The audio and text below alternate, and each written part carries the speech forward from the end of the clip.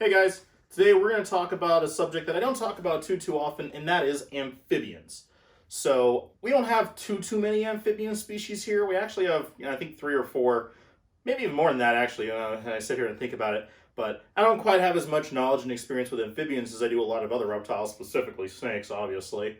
But today I'm going to do a 5 good beginner amphibian species. This is going to be a top 5. I'm not going to say what the best one is. I'm going to say 5 choices that I think would be a good choice from someone who doesn't know a whole lot, who's done some research, but as a whole are fairly easy to care for. They don't need a whole lot of very specific requirements. They don't necessarily need UVB lighting, which is, a whole other thing in addition to all the other care and setup. I'm never going to say they don't need it, they don't have to have it, don't give it to them, because UVB is always good for everything. But in my opinion, 5 specific amphibian species that I think are good beginner choices. The first one is the Firebellied Toad. These things have been around for a very long time. They're kind of all over the place. They're really good, easy, low maintenance amphibians. So there are toads. They're kind of more like frogs, to be honest. Their setup is pretty simple. You can keep them in a fairly small enclosure or aquarium, I guess. They need clean, moving water. Not fast moving, but they need clean water, and they need a dry area for land as well. A 10 to 20 gallon tank is perfectly fine. These guys are really cool. They stay a small size. Their top, they're kind of that mottled green and black. But on the bottom, they're that bright, fiery, orangey red. And so if you have a cool little setup, when they're in the water and they're hanging out in the water, you can usually see their cool fire bellies, why they're called that in general. They're fairly inexpensive. They're getting a little bit harder to find these days, but they're still fairly common. Like I said before, they stay a small size. They can eat just, crickets and little things like that, always making sure to, add calcium and vitamins, multivitamin supplements. As I said, they don't necessarily have to have UVB, but it's always great. And if you're not, always remember to add those vitamin and calcium supplements. Next is the whites or dumpy tree frog. These guys are, I would say, probably the most common intro beginner amphibian, or specifically frog species. So these guys are found in Indonesia, Irian Jaya, New Guinea, Australia. Most of them come from Indonesia, although we've been breeding them here in the States for quite a variety. There's even a bunch of cool morphs and colors and stuff like that out these days too. They get to a pretty good size, about like that, which is pretty good for a frog, to be honest. They don't, and the big thing to remember is with all of these amphibians, they don't need to get super hot. Like room temp is good. Once you start getting into the 80s, it can actually be a detriment to their health. So room temp is good. They're nocturnal. They croak, they sing at night, which is always really cool when you can sit there and hear the actual frogs. Like firebelly toads, they don't do it a whole lot, but dumpy or white's tree frogs absolutely do, and it's really cool to hear. They're fairly social. With a lot of amphibian species, you can't keep them together as much as you could some other things because they're very opportunistic. And so basically, if it's going to fit inside of a frog's mouth, it might try to eat it. But these guys are actually fairly social. So if you have a large enough enclosure with plenty of hiding spots, and all of them are roughly the same size, you can actually house several of them together in their own little enclosure, be it an aquarium or exoterria or whatever may have you. Always remember to give them clean water. Always remember to give them, the calcium dusted crickets or whatever else you can give them. Fairy diets are always great for every single species on this list. But I think the whites and dumpy tree frog, same thing, are a really good choice for a, intro to getting into a frog. They're also fairly tolerant. You should never handle amphibians with your bare hands, but if you're going to, whites, dumpy frogs are pretty tolerant of you actually doing that, but I wouldn't I would never recommend holding them for long periods of time. Next up is the Madagascar tomato frog. This is one that we have here, jzsreptiles. We actually have 2 of them. These guys are really cool. They're from Southeast Asia. They're called tomato frogs for a reason. We actually did a species spotlight about them. They don't get super big. They're pretty easy to maintain. They're frogs. They'll eat anything you give them. They're just really cool personal things. They do kind of croak. It's not like a loud chirping. It's kind of like a low ribbit. Is kind of what it sounds like. And we've even heard them sometimes. I wish I could actually get audio of it at some point to put in this video, but I don't think I will. Excuse me. But anywhoozleby, these guys are really cool. I don't know how personable you can say an amphibian is, but they definitely do have cute little personalities, and it is fun to just kind of walk and move around. Every single one of these things don't need UVB, which means they're nocturnal. So, in the evenings when the lights go low, if you just kind of hang out, they will kind of wake up, and it's fun to see them just kind of hop around on their little wet bedding of leaf litter and stuff like that.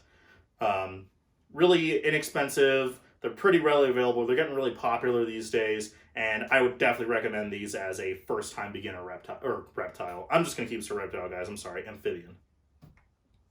Next up is the only one on this list that isn't an actual frog or toad, and that is the axolotl.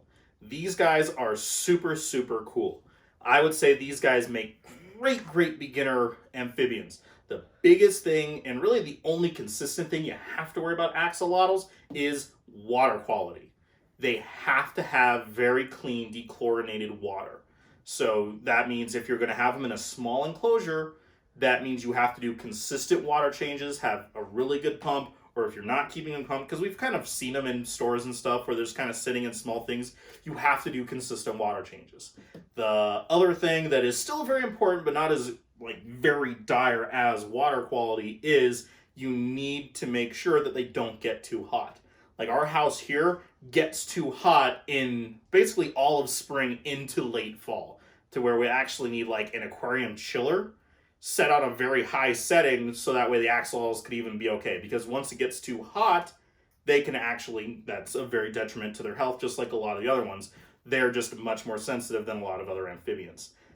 These guys are super, super cool. They basically are a salamander in the permanent larval stage, where they have those kind of big feathery gills all the time. They'll have that their entire lives. They're really cool. They come in a bunch of different little morphs. Basically they're like tiny little Toothless from How to Train Your Dragon, if you get the normal wild or melanistic morphs of them. They're really cool. They're fun. They kind of eat anything you give them to. You just have to remember to make sure that you keep their water clean. And even if you house them together, which is not necessarily the most recommended thing, that they can get into tussle sometimes, and even they can lose limbs and stuff. If their water quality is clean and they're healthy animals, they can regrow pretty much every part of their body, which is this really, really cool little thing. I'm not going to go too much detail about axolotls, other than the fact that they are great first-time amphibian things. They come in a variety of colors, and I would recommend them for kind of anybody who, as long as they're committed to keeping their water quality clean. Last, and certainly not least on this list, is the Pacman frog, or the ornate horned frog from South America, specifically kind of Argentina area. These guys make really good first-time amphibian pets. They're very, very terrestrial. They don't really climb at all. They can't really climb, to be honest with you. They like to dig. They like to burrow. They like to just kind of hunker down and not move a lot. We've had a few over the years. We have one right now. I think it's called a strawberry is the specific morph in color. And there's a variety of other ones. There's strawberries and albinos and apricots and fantasy and all these other crazy ones that they're all basically just the Pacman frog, but they are just a bunch of different color cool morphs, which if you're into that with reptiles and stuff, with all the ball python morphs and things like that, all the crazy genetics and cool colors of the Pacman frog is a really good thing too. It's a great way to get interested in that, to be honest. They get pretty substantial size as far as frogs go. They can get, a good size. And like all frogs, they can eat pretty much anything you give them to. I've even seen people feed them small mice. I don't know if that's necessarily the best for them, nutrition-wise or not. I don't know that much about it. But ours get a varied diet of roaches, crickets. You can feed them earthworms, superworms, all sorts of fun stuff. Because they get bigger, you can feed them a more, varied diet. Once again, always making sure that you dust with calcium and vitamin supplements. Make sure that these guys stay very, very hydrated as well. That goes for every single buddy on this list. Axolotl are obviously living in the water. But, they're amphibians. They absorb water through their skin. And reptiles do too. And through their cloacas.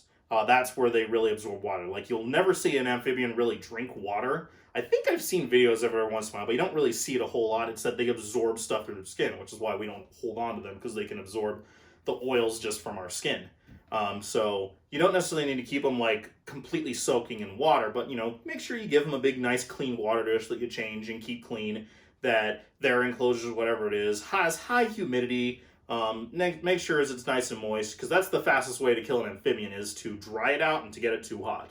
So as long as you do those two things, I would say that really any amphibian species is a good thing. There's plenty of other ones that are out there that are really good choices, like the pixie frogs.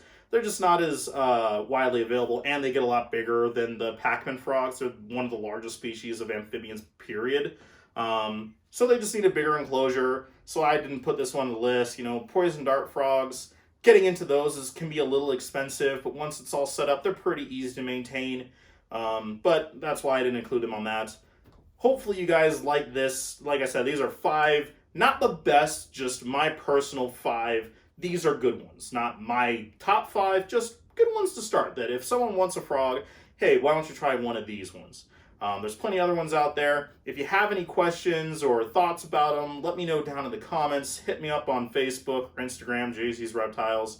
Please like and subscribe if you can. Hope you enjoyed this video. Hope you guys have a great day, and I'll catch you next time.